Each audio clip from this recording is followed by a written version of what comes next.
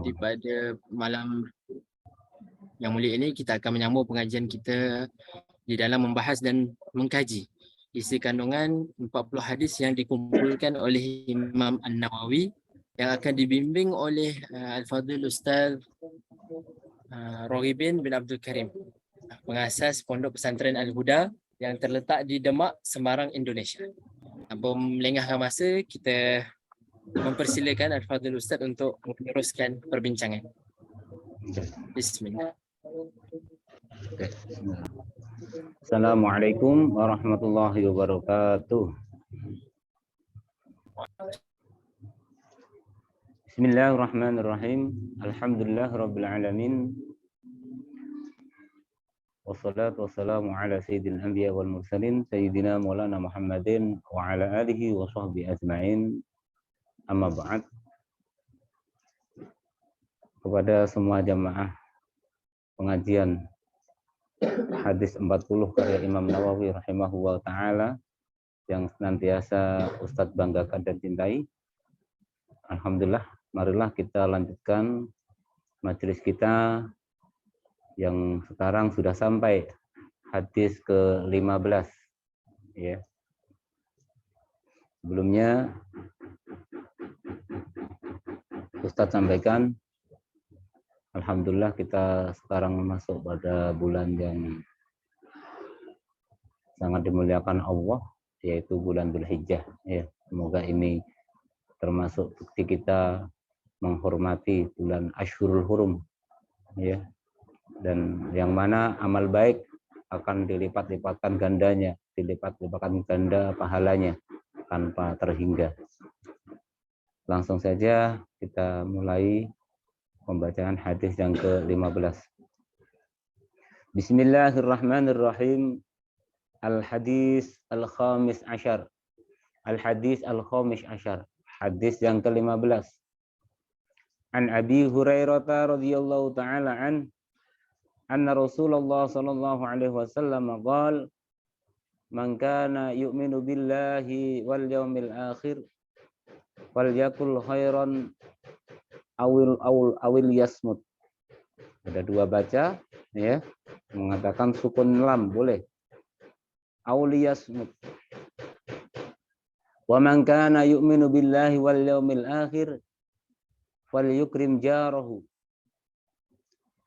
Wa man kana yu'minu billahi wal yawmil akhir falyukrim dhaifahu. Rawahul Bukhari wa Muslim. Jadi hadis yang ke-15 masih diriwayatkan dari sahabat Nabi kita yaitu Sayyidina Abu Hurairah radhiyallahu anhu. Sebelumnya akan Ustadz sedikit kutip ya. Banyak kalangan orang sekarang yang meragukan kesahabatan daripada sahabat Abu Hurairah. Banyak yang mengatakan bahwasanya banyak sekali hadis-hadis palsu yang disampaikan oleh Abu Hurairah. Ini adalah pendapat kaum liberal dengan argumen satu. Yang pertama, Abu Hurairah adalah sahabat yang termasuk belakangan masuk Islam. Ya. Akan tetapi beliau mengalahkan riwayatnya dengan sahabat-sahabat terdekat seperti Abu Hurairah, khususnya Khulafaur Rasyidin. Ya. Yang kedua yang lagi fenomenal, yang lagi rame, Abu Hurairah pernah meriwayatkan bahwasanya Nabi pernah mencium Sayyidah Aisyah radhiyallahu an tentang masalah hal puasa dan itu tidak membatalkan puasa. Dan ini orang dipahami dengan pemahaman yang enggak bagus. Masa mencium istri sampai dilihat orang, itu kan perkara yang aib. Ini perlu kita luruskan. Jadi di Arab itu ada tradisi cium-cium penghormatan, cium kasih sayang. Bukan ciuman-ciuman yang sifatnya kayak mohon maaf, orang yang suami istri berhubungan. Tapi cium-cium penghormatan. Ya, di Arab itu cium penghormatan, di antaranya ada orang mencucuk, ya, mencucuk bibirnya kalau masih keluarga loh ya, itu mencucuk bibirnya. Kita pernah mendengarkan sebuah penjelasan dari salah satu guru kita, memang di Arab seperti itu. Kita dengan adik kita, ya, tapi hanya sebatas mengecup saja. Itu penghormatan. Jadi dia mengatakan seperti itu, ya, itu kan hal-hal yang nggak bagus. Kenapa sampai Abu Hurairah menyaksikan dan melihat, hingga akhirnya menjadikan Abu Hurairah ini benar-benar sahabat Nabi apa enggak? Ada apa enggak? Apa hanya sebuah tokoh fiktif saja? Ini liberal, ya. Kaum liberal seperti ini akan meragukan apa? Keabsahan sahabat Rasulullah yang bernama Sayyidina Abu Hurairah radhiyallahu anhu. Padahal hadis yang terbanyak itu Abu Hurairah, riwayat daripada sahabat Abu Hurairah. Ini hanya sedikit, mungkin suatu saat nanti kita akan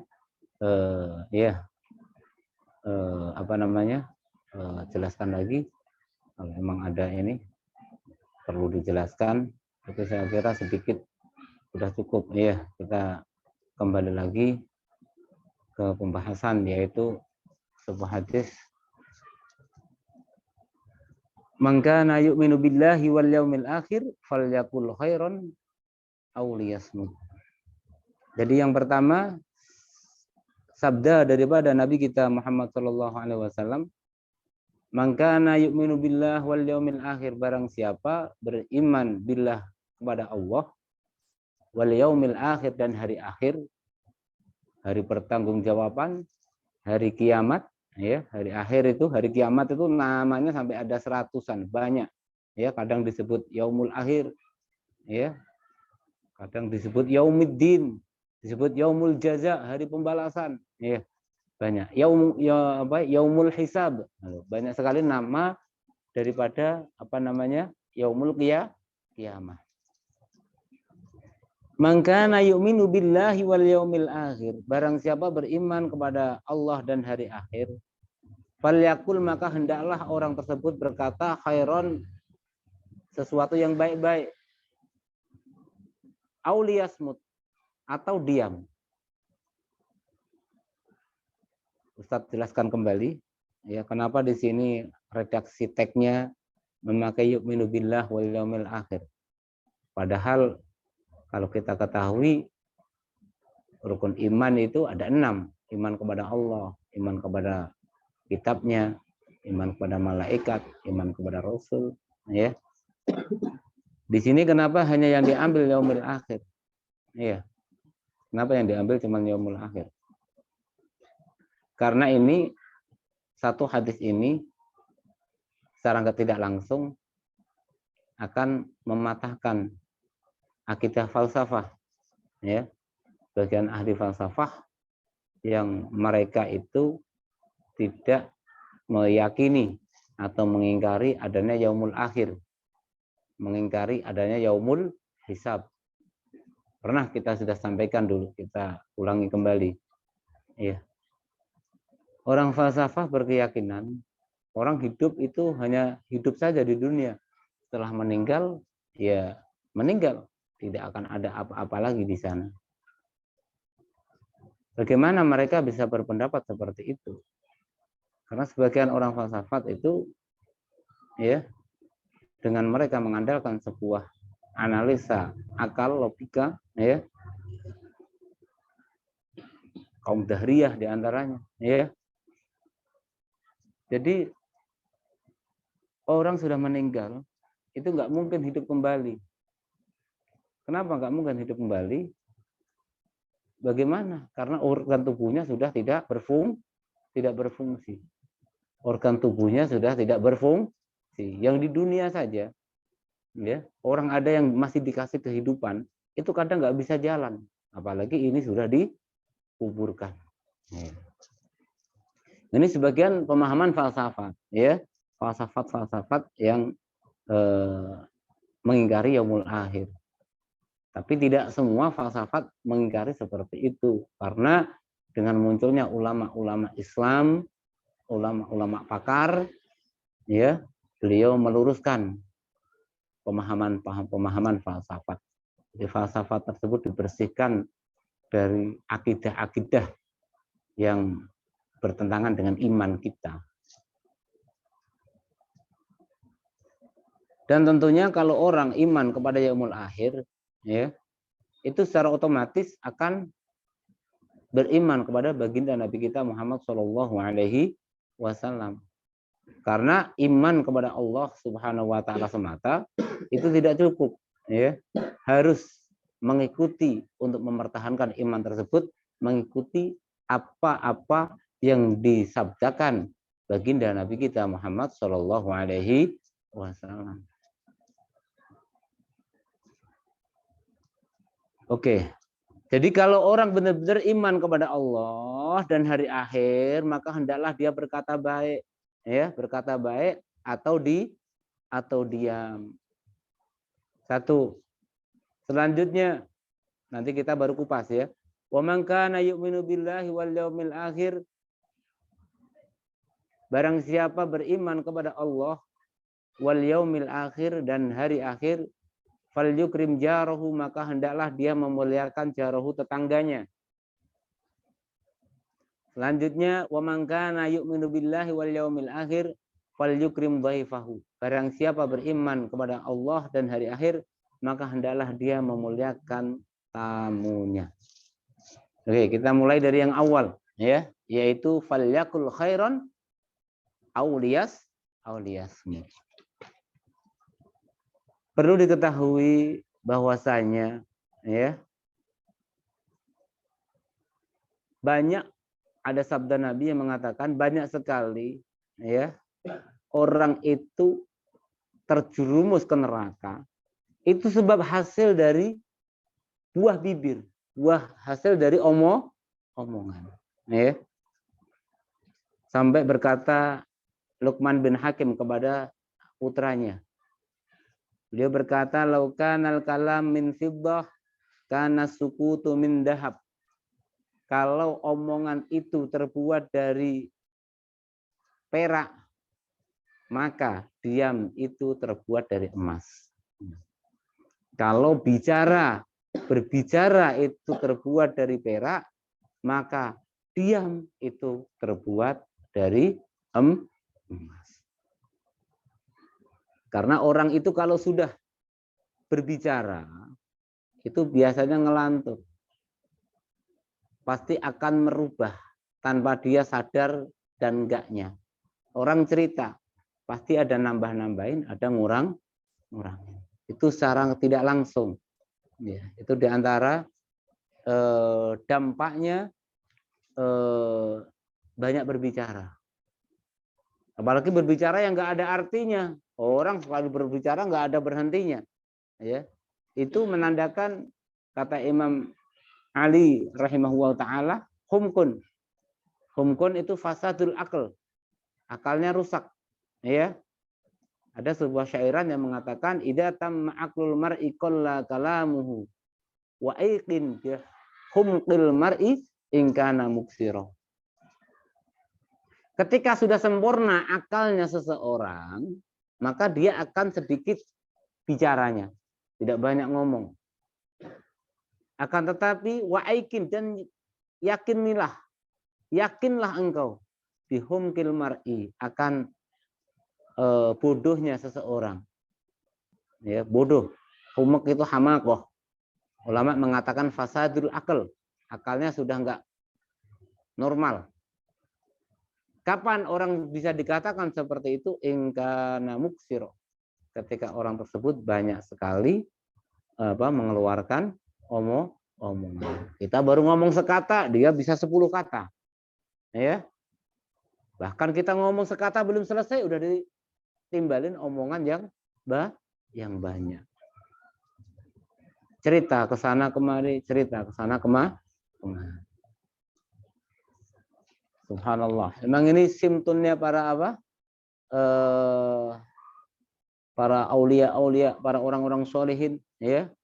Beliau mengatakan man somatan naja, barang siapa diam dia akan selamat. Barang siapa diam dia akan selamat.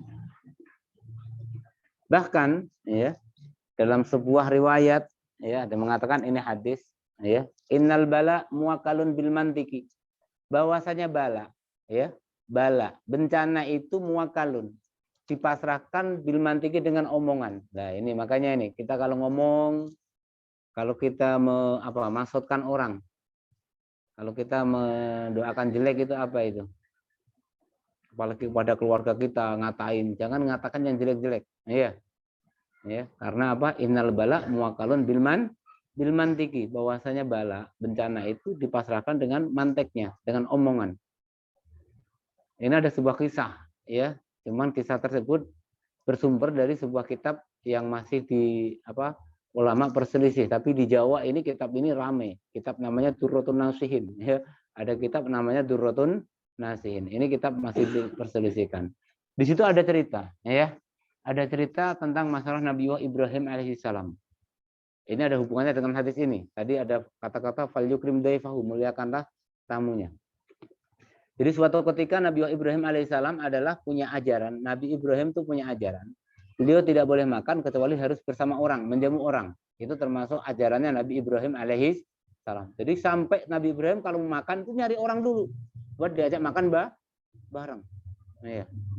Dan kalau ada tamu, Nabi Ibrahim itu nggak tanggung-tanggung, pasti disembelihin kambing kalau nggak onta. Hingga semua orang, ya. Hingga semua orang itu terkagum-kagum pada Nabi Ibrahim alaihissalam. Masya Allah, ada orang seperti ini, dermawan banget, ya. Ada orang kok seperti ini, sangat dermawan. Akhirnya Nabi Ibrahim berkata, jangan kok ke hewan, jangan kok hewan piaraan, hewan ternak. Ya. Anak saja kalau saya diperintahkan Allah boleh untuk dibuat nyuguhin tamu, saya potong loh gitu ya. Saya sembelih. Loh itu sampai seperti itu. Saking dermawannya siapa Nabi Ibrahim alaihissalam. Nah, ini omongan seperti itu ya. Anak saja saya sembelih untuk di jalan Allah, untuk menghormati Allah, karena ini perintah Allah. Ikramul dhaif pada Nabi Ibrahim itu termasuk perintah Allah. Hingga akhirnya berlalu, ya, berlalulah hari bertambah, ya. Akhirnya suatu ketika di saat Nabi Ibrahim lupa, dengan omongannya ditagih sama Allah Subhanahu wa Ta'ala, suruh menyembelih anaknya loh. Jadi ujian timbul sebab diri kita sendiri dari omongan. Jadi omongan berat, ya. Innal bala muwakalun bil mantiki. Subhanallah. Ya Allah, jangan sampai kita memasukkan orang, ya, mengatakan orang yang jelek-jelek, ya, nanti akan kembali kepada kita, ya, nanti akan kembali kepada kita kejelekan itu. Kasus yang masyhur masalah mimpi Sayyidina Ibrahim alaihissalam, ini momennya karena ini mungkin Ustadz boleh cerita, ya, boleh cerita dari nukilan kitab tersebut. Suatu ketika Nabi Ibrahim alaihissalam dia sedang asik melihat hewan-hewannya, kambing, onta, ya, banyak sekali, ya. Datanglah orang, ya. Orang ini siapa? Malaikat yang jadi manusia. Kenapa begitu? Karena sebelumnya Allah sudah mengumumkan di langit.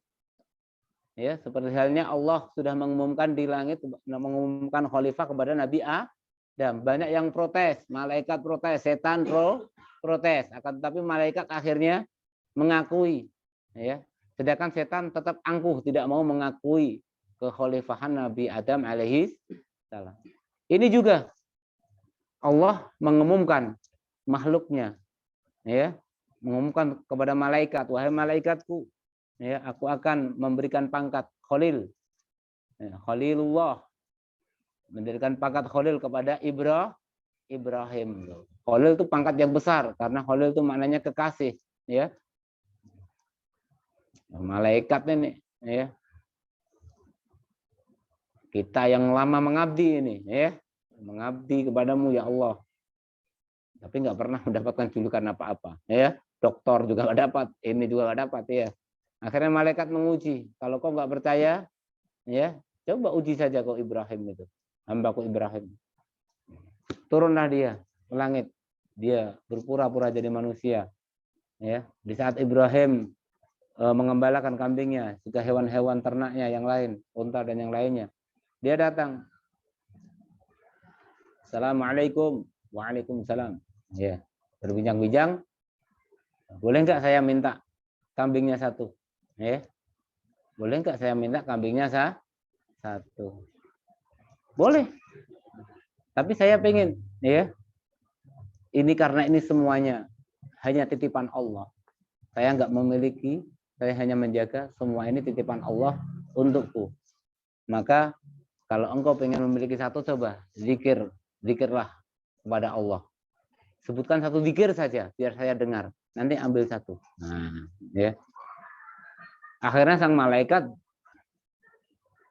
berkata, ya, sang malaikat berkata, ya, dia ngomong, Subuhun kudusun Rabbuna wa Rabbul malaikati waruh. Malaikat Nabi Ibrahim kaget. Ada orang, ya, zikir kepada Allah dengan zikir yang sangat menggetarkan hati. Ya, subuhun kudus, maha suci Allah. Subuh maha suci, kudus juga maha suci. Rabbuna wa Rabbul malaikati waruh. Tuhan kita, Tuhannya malaikat, dan Tuhannya malaikat siapa?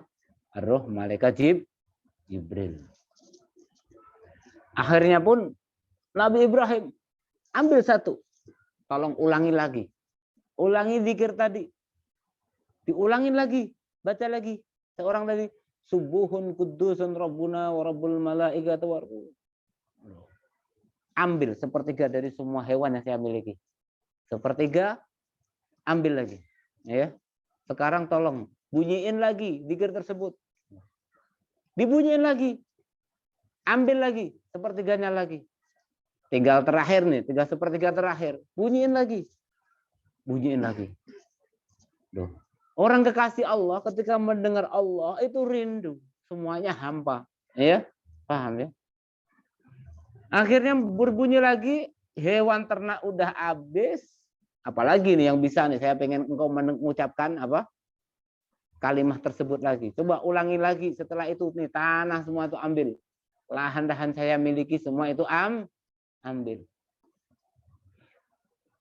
Bunyi lagi malaikat tadi, subuhun kudusun Rabbuna wa Rabbul malaikati waruh. Diberikanlah tanah semua. Habis lagi. Gimana nih cara mau mendengar lagi nih? Masih rindu kepada Allah. Pengen mendengarkan zikir yang sangat dahsyat tersebut. Akhirnya sudah tolong zikir kembali. Sebutkan satu kali lagi. Jadikan diri saya ini budak. Nah, ya. Jadikan diri ini budak. Akhirnya malaikat menampakkan dirinya bahwasanya dia itu malaikat. Wahai Ibrahim, benar apa kata Allah. Engkau emang hambanya yang pantas mendapatkan julukan dari Allah Al-Khalil, kekasih Allah. Karena engkau semua berikan di jalan Allah. Untuk Allah engkau semua korbankan, baik harta, semua harga diri, ya. Harga diri rela menjadi budak, ya. Saya semua itu nggak butuh, ya. Kambing ini, malaikat juga doyan makan. Malaikat la akla wala syurba wala nauma lahum. Makhluk Allah yang nggak makan, nggak minum, juga nggak tidur itu malaikat, ya. Saya nggak butuh semua ini semua udah saya kembalikan. Pantangan Nabi itu kalau sudah ngasih orang nggak mau terima lagi, dikembaliin nggak mau, ya. Seperti apa? Anjing kalau meludah muntah dimakan lagi, nggak mau. Iya. Makanya sebagian ulama khususnya sadah para habaib itu kalau udah ngasih nggak mau dia dibalikin lagi, nggak mau dia. Ya. Kita orang-orang soleh, ketika barang udah lepas dari dia, udah dikasihkan, dia nggak mau nerima lagi. Iya. Kita ma'asyiral anbiya, ya, idza a'taina ma radatna. Ya, kalau kita sudah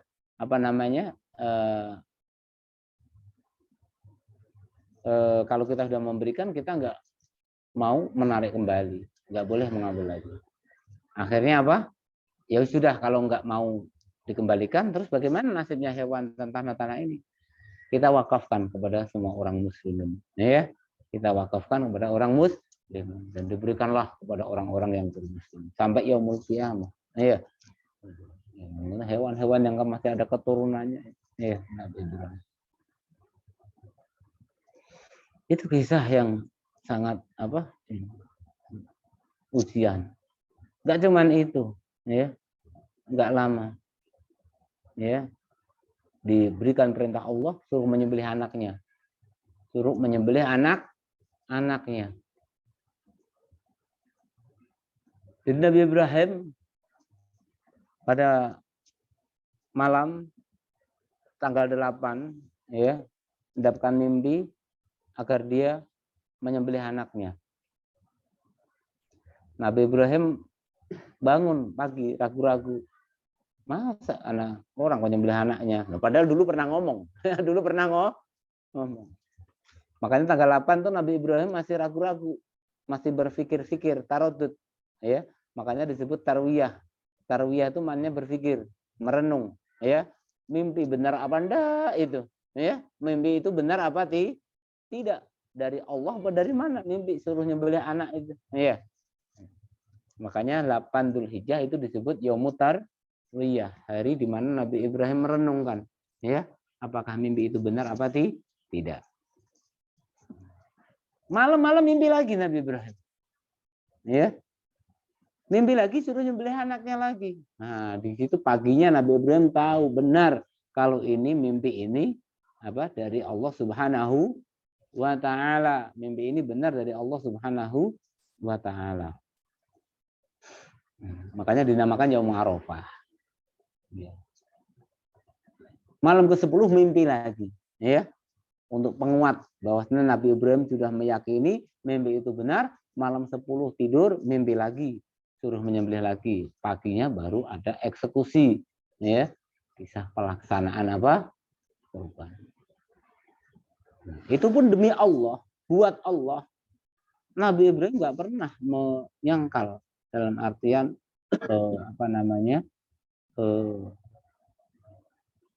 berat, enggak. Semua kalau udah perintah Allah dikerjakan. Ya. Semua dikerjakan. Akhirnya dikerjakanlah Nabi Ibrahim dengan kisah yang sangat masyhur dan hingga akhirnya digantikan dengan diganti dengan dengan kambing hingga menjadi sampai sekarang menjadi sunnah atau ajaran warisan dari Nabi Ibrahim yang dipertahankan Allah untuk umat Nabi kita Muhammad Shallallahu Alaihi Wasallam. Itu sebagian kisah yang tertulis dalam satu kitab Durratun Nasihin, ya. Kitab ini nih, mohon maaf, masih ulama ini khilaf ini, ya. Ada yang mengatakan nggak boleh baca kitab itu, banyak dongeng-dongeng yang hurufat, ya, banyak dongeng-dongeng yang palsu, ya. Itu kitab-kitabnya. Tapi ini masyhur, mohon maaf, di Indonesia kitab ini masyhur, ya, sangat masyhur.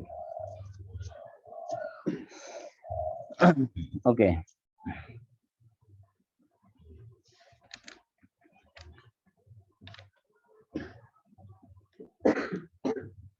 Jadi tadi ya, innal bala muwakkalun bilman, nanti bahwasanya bala bencana itu akan dipasrahkan kepada omongan. Kalau omongannya ya nggak bagus, ya akan dia rasakan hal-hal yang nggak baik. Jadi kan orang akan membebani, merepoti diri sendiri. Iya. Subhanallah. Apalagi tadi apa yang mau disampaikan ya.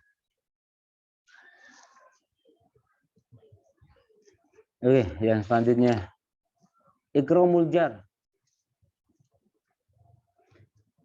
yaitu man kana yu'minu billahi wal yawmil akhir falyukrim jarahu. barang siapa beriman kepada Allah dan hari akhir, maka hendaklah dia memuliakan tetangganya. Bagaimana memuliakan tetangganya? Falyuhsin ilaihi bil bishri wa talaqatil wajhi. Bil bishri, kita selalu ceria. Ya, ketika ketemu tangga kita itu kita dalam keadaan senang. Ya. Yang kedua, talaqatil wajhi, wajah kita berseri, jangan cemberut ya. Tangganya ngelirak-lirik cemberut terus ya. Jangan apa? Iya, cemberut ya. Iya, Hisam, cemberut ya. Apa itu di Malaysia tuh bahasanya tuh, mukanya kerut, berkerut tuh. Nggak sedap dilihat tuh. Panggil biasa monyok. Monyok. Kami panggil monyok. Iya, monyok. Mukanya itu waduh. Di apa dahinya berlipat-lipat. Dilihat nggak enak. Jadi cara memuliakan tetangga yaitu satu. Pertama bil bishr, kita senang ya. Yang kedua apa namanya? Wajah kita tampakkan kita senang ya. Sebagian ulama mengatakan husnul jiwar fi arba'ati asya. Kita baik pada tetangga itu ada dalam 4 hal ya. Baiknya kita kepada tetangga itu dalam 4 hal. Satu, yuwasihi bima indah. Yuwasihi bima indahu. Aywasiyahu bima indahu. Kita menyantuni apa-apa yang kita punya. Tetangga kita membutuhkan sesuatu dan kita punya, kita berikan. Ya. Tetangga kita nggak bisa makan, kita bagi makan. Ya. Bahkan jangan sampai kita membuat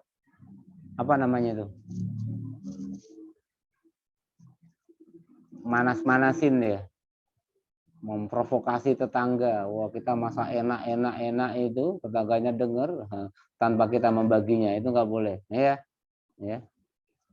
Atau kita memberikan sesuatu zaman sekarang itu yang banyak, mohon maaf kita juga akan sampaikan nih, kalau tetangga banyak, ini banyak ya, jangan sampai kita memberikan apa kita gitu ya. Anak kita yang kira-kira tetangga kita nggak mampu untuk membelinya ya, itu juga termasuk menyakiti tetangga ya. Kita memberikan mainan mungkin yang terlalu bagus ya, main, anaknya tetangga pada ngelihat mau beli, orang tuanya keberatan, wah repot ini ya. Nah, ini juga tidak diperbolehkan karena secara nggak langsung itu akan menyakiti tetangga kita, merepotkan ya. Yang pertama kita menyantuninya, membantunya dengan apa-apa yang kita memiliki ya.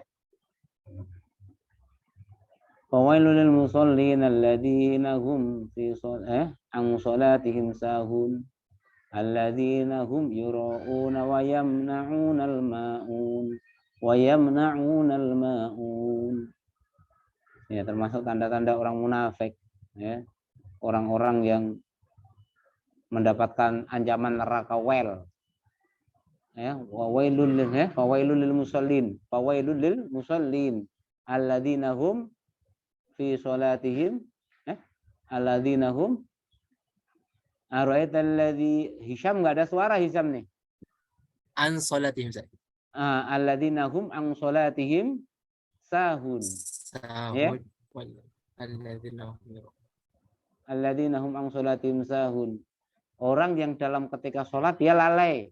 Sholat masih ingat yang kemana-mana ini. Ya, lalai kepada Allah. Bahkan sampai lalai yang dibaca ini. Ya, lalai yang dibaca ini. Terus alladzina hum yura'un. Termasuk orang yang celaka ketika sholat atau dan yang lainnya dia selalu berpamer. Ya, bukan karena Allah. Riya, beramal karena riya.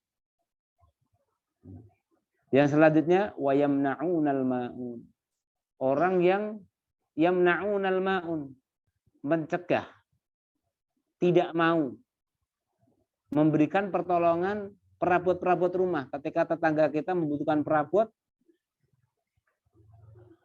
tiang atau apa, kursi atau perabotan masak, tetangga kita membutuhkan ya kita punya tapi kita nggak mau meminjami, itu juga mendapatkan ancaman wail. Wa yamna'unal ma'un, orang yang mencegah untuk membantu tetangganya meminjamkan perabotnya. Al-ma'un maknanya al-wi'a, wadah. Ada mengatakan al-asas, ya, perabotan rumah tangga. Wa yamna'unal ma'un. Tapi kalau orang sufi ya, orang sufi itu artinya dibalik lagi, cara makna isyari. Wa yamna'unal ma'un. Al-ma'un maknanya wi'a tadi, wadah. Apa itu wadah? Wadah itu hati. Orang-orang yang soleh adalah orang yang selalu mencegah hatinya untuk ada selain Allah masuk di dalamnya. Itu kalau tafsir Isyari, ya, tafsir Isyari. Orang-orang sufiah biasanya, ya, bisa menafsiri seperti itu. Tapi makna dari ayat tersebut, ya tadi, ya, orang yang tidak mau meminjamkan perabotnya ketika ada tetangganya yang membutuhkan. Itu ancamannya wel, neraka wel, ya, celaka. Yang pertama tadi apa? Ayyuwasyahu bima indah. Kita menyantuninya, memberikan apa-apa yang kita punya ketika dia membutuhkan dan kita tidak membutuhkan tentunya, ya. Wa allayat ma'afi mali jarihi, tidak tomak dengan apa-apa yang dimiliki oleh tetangganya. Kita nggak boleh hasud, drengki, tomak, pengen memiliki apa yang tetangganya miliki, ya. Ya, tomak, terlalu tomak, mengharap banget, ya. Tomak itu mengharap banget, ya, memiliki apa yang dimiliki sang tetangga. Yang ketiga, ayyamna adahu anhu, kita harus menjaga diri tidak menyakitinya. Tidak menyakitinya. Dan yang keempat, ayyasbiro ala adiyatihi, kita juga harus sabar kalau kita diganggu. Ini orang muslim, ketika diganggu tidak membalas, kita sabar karena tetangga. Ya. Karena hak tetangga itu banyak sekali, ya, sampai malaikat Jibril, ya, malaikat Jibril itu sering ada sebuah riwayat dari sahabat Anas radhiyallahu taala an, ya, bahwasanya anhu sallallahu alaihi wasallam mazala Jibril yusini bil jar. Malaikat Jibril selalu mengingatkan saya, ya Muhammad, tetanggamu perhatikan. Loh, selalu mewasiatkan, merekomendasikan agar saya selalu memperhatikan tetangga saya. Apakah dia dalam keadaan kekurangan, apakah dia butuh bantuan, apakah diri kita sudah menyakiti dia. Loh, suruh diperhatikan, ya. Mazala Jibril yusini bil jar, ya. Hatta dzanantu annahu sayuwarrisu, sampai aku menyangka malaikat Jibril bakal nanti menyuruh kita memberikan warisan kepada sang tetangga. Iya. Kalau orang meninggal, tetangga harus dikasih warisan. Sampai khawatirnya prasangka Nabi seperti itu karena saking besarnya haknya seorang tetangga. La ilaha illallah. Subhanallah.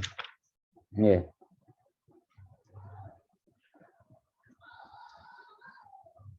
Jadi termasuk ini kita akan sampaikan, ya, ada 10 perkara yang penting, ya. Ada 10 perkara yang penting. Asratu asya minal jafa. Ya. Ada 10 perkara minal jafa. Daripada jafa. Jafa itu keras kepala, ya, angkuh. Jawanya wangkot, ya. Termasuk orang yang keras kepala, orang yang angkuh, ya. Pertama, orang berdoa untuk dirinya sendiri, ya, tidak pernah mendoakan orang tuanya dan juga orang mukminin. Nah, kalau berdoa untuk diri sendiri terus gak pernah menyinggung orang tuanya atau lil muslimin wal muslimat, itu jarang. Itu termasuk jafa, ya. Angkuh, keras kepala. Yang kedua, ada orang belajar Al-Quran, baik tafsir atau yang lainnya, tapi dia tidak membaca satu hari 100 ayat. Ini termasuk minal jafa. Ini berat juga nih, ya. Belajar Al-Quran, memahami Al-Quran, tapi tiap hari dia tidak membaca Al-Quran minimal 100 ayat. Yang ketiga, ada seorang masuk masjid sampai dia keluar masjid, tapi dia tidak sholat 2 rakaat. Ya, jadi masjid cuma buat mundar-mandir doang. Ya. Ya, ada orang masuk masjid, ya. Kemudian dia keluar tanpa dia mengerjakan sholat 2 rakaat di dalam masjid. Tidak ada tahiyatul masjid. Itu termasuk minal jafa. Yang ketiga, yang keempat, orang muslim lewat di kuburannya orang muslim. Ada seseorang melewati makbaroh, pemakaman orang muslim. Kemudian dia tidak mengaturkan salam dan tidak mendoakannya. Itu juga termasuk minal jafa. Ya, kita nih kadang lewat nih, dia di jalan nih, sampai nggak ada kuburan orang-orang Islam nih, kita tidak salam kepada mereka, bahkan kita tidak mendoakan. Ya, itu juga termasuk minal jafa. Ya, minimal assalamualaikum lah minimal. Ya, nggak usah pakai alul kubur pun tidak masalah. Ya, yang kedua, Allahumma firlahum warhamhum, itu sudah cukup, ya, untuk menjadikan hati kita tidak terlalu keras. Ya, kita menanamkan rasa sayang kita kepada saudara-saudara kita yang sangat tentunya membutuhkan rahmat, membutuhkan doa orang-orang yang sudah meninggal. Ya. Yang selanjutnya adalah ada seseorang masuk di kota pada hari Jumat. Kemudian dia keluar dari kota tersebut, daerah tersebut, keramaian tersebut, dan dia tidak mengerjakan sholat Jumat, tapi hanya mengerjakan sholat duhur. Ya, tanpa ada udzur ini tentunya. Ya, orang bisa mendapatkan sholat Jumat, mungkin dia karena seorang musafir atau apa, ya, tapi dia nggak mau Jumatan, mentang-mentang musafir, ya, ada kesempatan Jumatan nggak mau Jumat. Nah, ini juga termasuk minal jafa. Yang selanjutnya,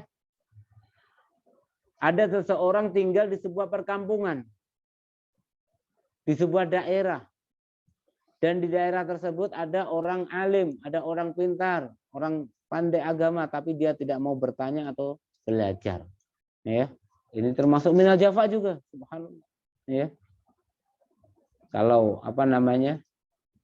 Sufyan Ats-Tsauri dulu pernah, dia pindah ke suatu daerah, sudah 3 hari 3 malam di situ, nggak ada orang yang datang untuk mengaji, untuk belajar atau bertanya tentang agama. Akhirnya beliau pergi. Ini tempat udah mati ilmu di sini. Ngapain saya di sini? Akhirnya dia pergi. Ya. Jadi kalau ada orang alim tersia-siakan, nggak ada orang yang mau menimba ilmu kepadanya, maka daerah tersebut adalah daerah yang ilmu mati di situ. Selanjutnya ada 2 orang bertemu, berteman, akrab. Tapi masing-masing tidak menanyakan namanya. Seperti halnya kita di jalan, pergi di luar, ya. Habis itu kita duduk-duduk, bisa ngobrol sama orang yang nggak kita kenal. Bahkan ngobrol asik lama. Tapi sampai lupa tahu namanya. Nah, ini termasuk minal jafa. Ya. Jadi ada 2 orang berteman, tapi nggak menanyakan namanya. Nggak tahu namanya. Ini banyak juga nih seperti ini kita kadang ya. Kita keluar di mana sebuah daerah, habis itu kita ngobrol-ngobrol sama orang asik, bahkan ngobrolnya sampai asik, sampai nggak tahu namanya tapi ya.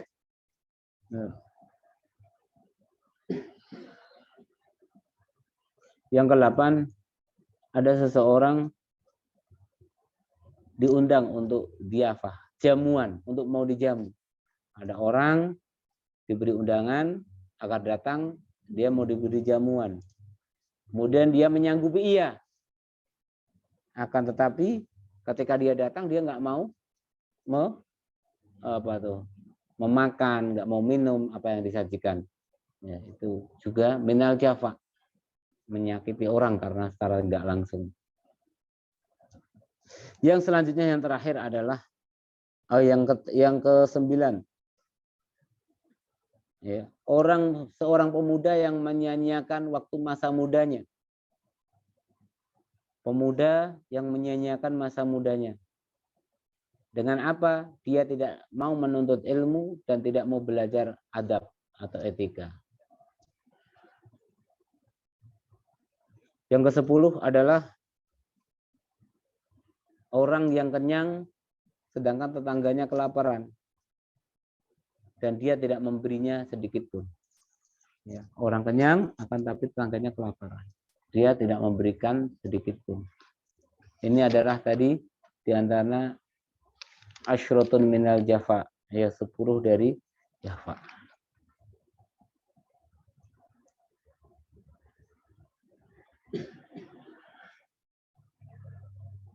Oke. Yang selanjutnya adalah yang terakhir ini, man kana yu'minu billahi wal yawmil akhir falyukrim dhaifah. Yang berapa ini kan? Oh iya. Insyaallah pas nanti. Asyra ila asyar ya di Malaysia. Nah, bagi wahid. Man kana yu'minu billahi wal yawmil akhir, barang siapa iman kepada Allah dan hari akhir, falyukrim dhaifah, maka hendaklah dia memuliakan tamunya. Memuliakan tamunya. Bagaimana memuliakan tamunya? Yaitu yang pertama, ihsanu diyafatihi bil bishri fi wajhi. Kita harus menampakkan ceria di wajah kita. Marhaban, ahlan, wasahlan. Marhaban itu mana asalnya itu lapang. Ya. Kita anggap kita itu senang. Ungkapan dari kata senang. Udah pokoknya ini rumah ini luas buat kamu, ya. Bebas, ya, marhaban, ya. Makanya bahasanya selamat sekarang ya. Marhaban manasanya luas. Udah bebas di sini, bebas, marhaban. Ahlan, engkau pantas di sini, ahlinya. Engkau adalah yang layak di sini.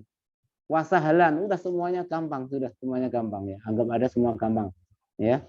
Benar, engkau kedatangan engkau benar-benar tidak merepotkan. Itu marhaban, ahlan, wasahlan. Arti singkatnya di Indonesia menjadi selamat datang, atau di Malaysia ya cara selamat datang. Ya, padahal dalam Islam itu marhaban. Ya, marhaban maknanya tuh oh masya Allah. Rumah ini sangat menerima, lapang buat engkau, ya, luas buat engkau. Kinayah itu untuk penerimaan, ya, tidak ada kita sedikit pun rasa nggak suka dengan tamu tersebut. Okay. Yang tadi yang pertama adalah kita menampakkan wajah kita senang, ya. Yang kedua tibil hadis, kita harus ngomong yang bagus-bagus, ya. Yang selanjutnya bastul furush, ya. Kita mengelarkan tikar, mempersilahkan tempat duduk, ya. Bahkan wa ijlasu fi sadril majlis, kita menempatkan duduk dia di paling terdepan kalau di majlis. Ini kalau datang, ya. Kinayah kita benar-benar menempatkan tempat duduk yang sangat layak, ya. Tamu kita berikan tempat duduk yang sangat layak.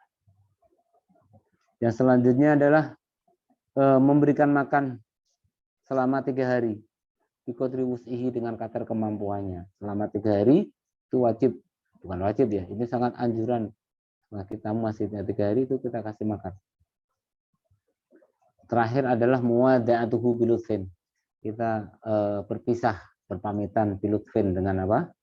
Dengan lembut, dengan ramah tamah, dengan yang sangat baik. Ya. Itu saja mungkin yang bisa Ustadz sampaikan malam ini kaji, ya. Karena ini tadi sangat mendesak ya. Maaf Ustadz bingung tadi ya. Ini mohon doanya, salah satu santri kita ada dirawat di rumah sakit, kemarin ada operasi ya. Usus buntu ya, tapi ternyata ada ininya. Kayak tumor ya. Satu tumor ya. Tapi alhamdulillah udah operasi, udah berhasil, sekarang masih di ICU. Tadi Ustadz udah jalan, di tengah jalan Ustadz mau ngaji, lupa Ustadz. Oh, dan sekarang ini jam ngaji ini, kita putar balik mobilnya nih untuk mengaji ya.